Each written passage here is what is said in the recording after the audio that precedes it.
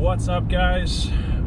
Just wanted to hop back in and make another little video. It's been a little while. I want to note right now we literally have no subscribers. I think the only people who have watched these videos are me and my wife so far. Critiquing myself, which is kind of funny. But you know, that stuff will come with time. I want to kind of get some videos posted and like kind of give a good foundation as we start to do more stuff this summer, which brings me to my next point. So basically in this one, I want to talk more about what it looks like when you start to go out and actually look at properties.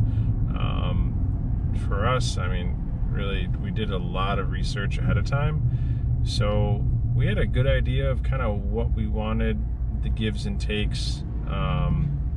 Obviously, you know, if you're buying a premium piece of land, you're going to pay a premium price. What does that mean, though? Like, what does it mean to have a premium piece of land? So I'm gonna kind of go over a few things when it comes to that, and you know, some things to watch out for, but maybe some things that you can still work around, which is kind of where we fell, just because we were trying to buy something cool but on a budget, you know, which I think everybody's in that realm for the most part.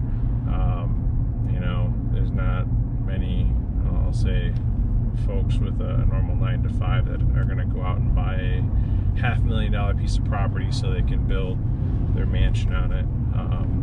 You know, those folks have people to do the research for them. So so when it came for us to start looking, basically, again, I got with the realtor, got with our bank, the credit union, basically to see kind of what we wanted to spend. I mean, we already had an idea of what we wanted to spend, but wanted to get the pre-approval taken care of. That way we were sure that we could have that taken care of. Basically, there's a few things, especially in Michigan, that you have to watch out for. Other states, I mean, I'd imagine it's all kind of similar. But of course you have like farmland, stuff that maybe used to be farmland, wooded areas, you have wetlands, people like to call them. You know, those types of things that you're going to look out for, like agricultural, obviously commercial and things like that. It's a little different. But basically, like, you'll start to look at these plots on the MLS website or whatever website you're using to kind of like view the listings and whatnot, and you have to kind of go through it and again do your homework. Hopefully this is doing your homework. but you want to see what tests have been done to the property to see if it is buildable. It doesn't necessarily mean it's bad if it hasn't had the tests done yet. That's just an additional cost that you're going to have to incur to make sure that it is buildable. But from there, it'll often say, it's had a perk test, it's had a soil boring done. Obviously, depending on where the home site's going to be. If it's obvious where the home site's going to be, then it's not very difficult. But if it's a expansive piece of land, you can't just do a soil boring anywhere. You want to do it where you're going to build the house. Electrical, gas, sewage, water, stuff like that. You want to see if that's something that you can run out to your eventual home, things like that. So those are all things to look at, I would say, ahead of time in the listing. If not, you can have your realtor get with the people who are listing the property, and maybe they can get you those answers. But you still want to kind of find out yourself, firsthand from county, water department, all that stuff like that. You would rather confirm it before you go ahead and buy this property and maybe not be able to have water there, things like that. So utilities, pretty big. What tests have been done, to kind of explain that. There's a few different tests that we did. I'm sure there's a lot more, but the first test we did was, well, not really a test, but we had just the normal survey done. We had a boundary line survey as well as a topographical survey, which technically I wasn't planning on having that done yet. But our contractor who we were working with maybe jumped the gun or miscommunicated to the folks that he has to do surveys. And so it ended up being a little bit more expensive than what we had originally planned on. But either way, it's something we would have to do before we build anyway. The only difficult part of that is we did it before we really committed to buying the property. So again, I'll kind of come back to that. So you have your survey, which of course outlines where the property is, pretty important. Perk test. Perk test is basically it's like soil testing. They basically dig a hole. In Michigan, at least, it's 7 feet deep. I think they did 3 7-foot holes. Had to hire somebody to come out and do this, and then basically someone from the city came out, take a look at what type of soils were down there. And basically ours was really sandy, which I don't know a whole ton about septics yet, but apparently sand is really, really good. So we were pretty happy with that. Where we plan on building is probably a good 500 feet off the road. So running sewage lines that far, all that stuff, is not something we would like to do. So we plan to have a septic, at least for the time being, unless it makes itself really, really affordable to run that line. So we'll kind of see. For now, we're planning on taking advantage of our good soil, and we'll have a septic. From there, well tests, I don't know what that really has as far as how that works, how expensive it is, any of that stuff. But yeah, I'd assume there's some way to kind of get an idea of how much it would be to drill a well in your area. I've heard a few things both ways. You might not know until you start drilling, so on and so forth. So that will be something we won't know until we start drilling, of course. We do not plan to hook up to city water. We're going to try the well route since we're already doing septic. So again, for the time being, that's what we're going to try. What else? Perk test we talked about. And then for really the last thing that we did is, as far as building goes, is we did a soil boring test. So for soil boring, I think it depends on kind of what's going on at the area.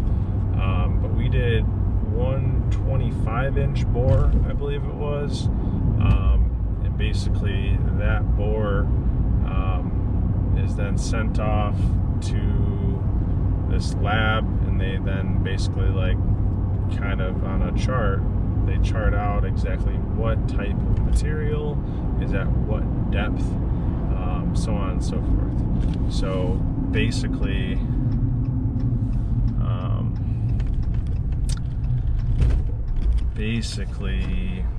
it gives you an idea of like what materials are under the soil, you know, what's it going to drain like,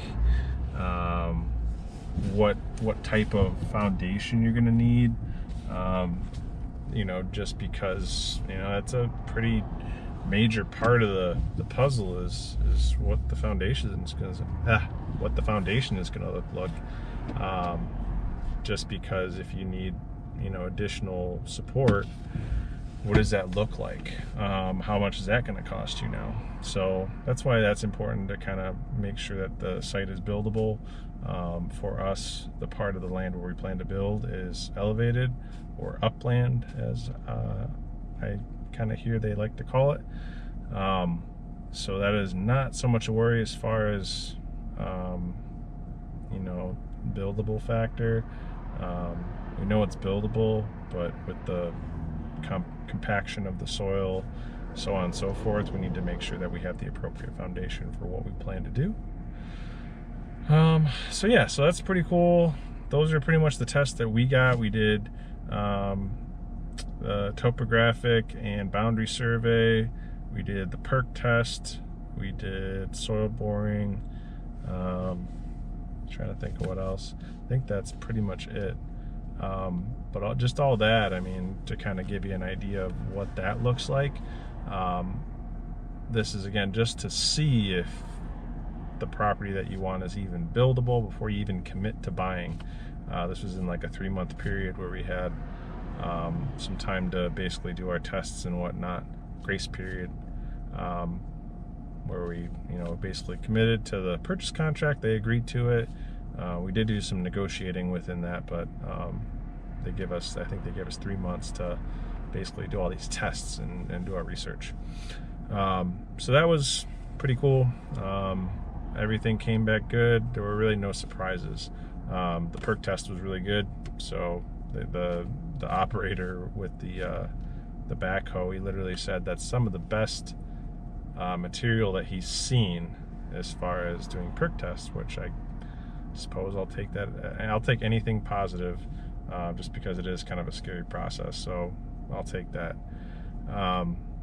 So just that, before we even start talking about the actual purchase of the property, we were into the property for about $8,000. This is purely just the test that we did to see if we even wanted to buy it. So something to keep in mind is that this is why it's so important to go walk the property first, because it would have really sucked if we would have found something that made the property not buildable at that point. You know, $8,000 into it, and then all of a sudden you have to walk away because you know, maybe it's going to cost a little extra for this, or maybe you can't build right where you wanted to, or it just doesn't work out. That's not really something we have the capital for, just to like throw out money and just hopefully it works, because at that point we have a bunch of test results for a property that's not ours. I don't know if you can like sell it to the people who try to buy it after you. I don't know how that works, but so yeah, it's kind of a scary thing. You kind of have to like be ready to commit and be pretty confident that this is going to be the place. So I'll kind of bring you to the next step. I'll grab the camera and we'll go walk a little bit, and I'll give you an idea of what this looks like in a second here. But the next part of that, again, a big thing in Michigan, because there are so many farms in the area, is there's a lot of wetland area, and it's very, very protected by the state and other agencies, I guess. But basically in wetland area, it's very restricted as to what you can do with that property. Well, specifically with ours, the front area is really wet, and the back behind the house, where the house will be, it is technically wetland as well. but it's really not wet. It's more just there's a lot of like moss and things like that growing, like, you know, not like a bog necessarily. There's not really a ton of standing water.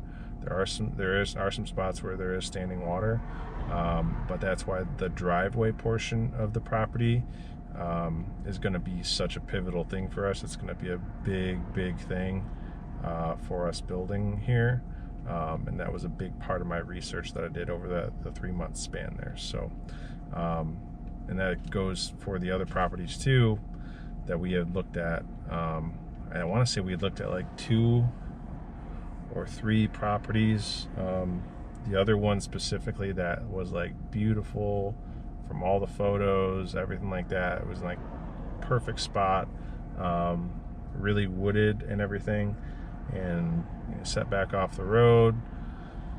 But we got there, and this was in the winter, middle of winter, and this place was like literally a lake.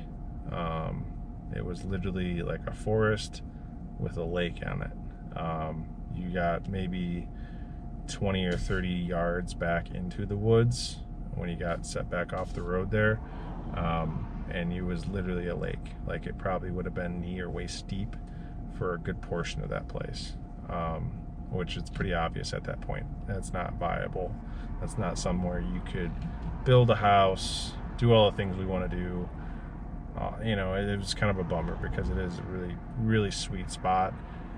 It just so happens that the way the drainage runs and the topography of the land, it just wasn't ever going to work right for what we wanted to do. So that was a pretty obvious one. It was really cheap. Again, that's where you get like premium real estate versus not premium. Is it wet, but is it to the point where you can still do what you want with it? And that's kind of where we found a pretty happy medium here. Again, there are some portions of it that are technically wetland, a good portion actually, but for where we want to build, how we want to kind of manicure everything, it's going to work out really well. It's going to be a lot of work, but I'll kind of show you a little bit of it here. All right, guys, so this is pretty much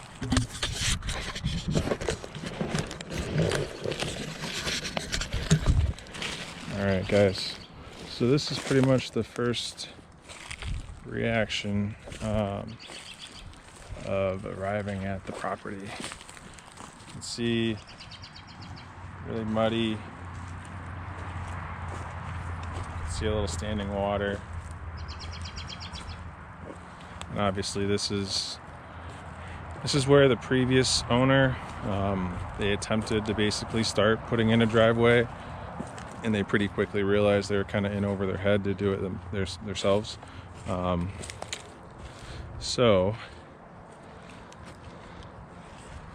they ended up not moving forward with building it. Kind of was a crummy situation from what I understand, but they did a little bit of work. They took down a lot of trees, a lot of saplings and stuff that are out here. But it's obviously a lot of work that needs to be done. So something to know about the area is it actually is made up of a lot of peat moss, which is basically what you see here. So that peat moss has a lot of water running through it. There's this, like, obviously the stream that we'll see at some point here, next few videos, and then there is an excavating company next door, and they actually have a lot of large ponds over there. So water runs through this area, runs through our property, which on a bunch of old satellite photos you can actually see that there used to be some gullies that ran through here. So they run to those ponds. So kind of a red flag, but really just depends on what it's going to take to get it to where you need it. Now there's a road not even 30 feet to the right there. The road just so happens to be probably 3 or 4 feet taller than where we're standing. So we're gonna have to take out a lot of this soft material, bring in some larger stone, things like that, so the water can flow through it, and it's gonna be our driveway.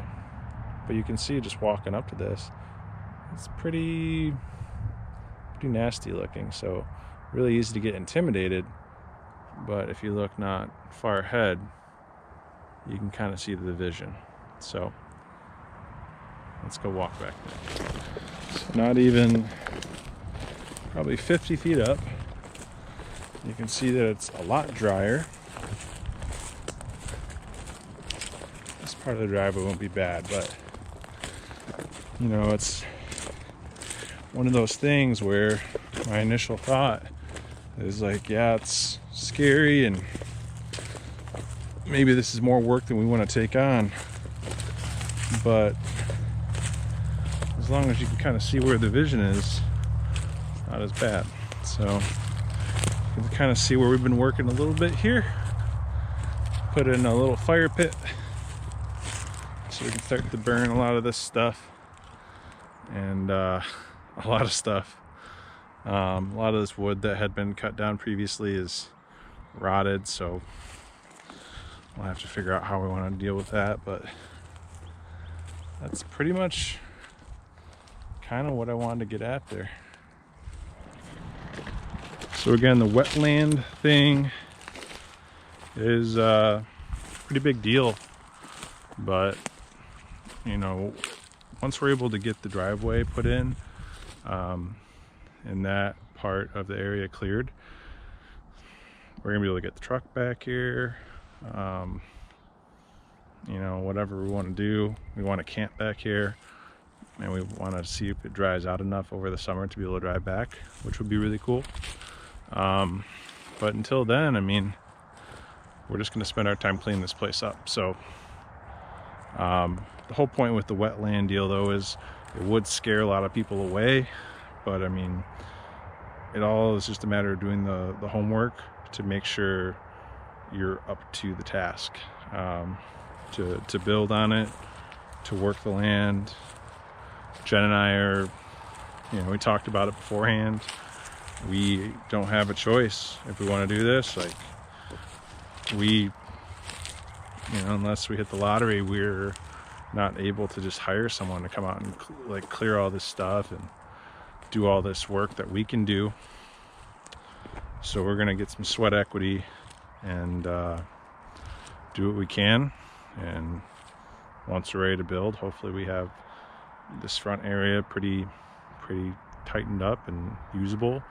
But yeah, I think that's kind of the whole thing, though, is do your research, know what you're looking at. If you go through a listing for a home, or not a home, but a plot of land, and not sure what something means, call around, ask people. You'd be surprised at how much people are willing to help.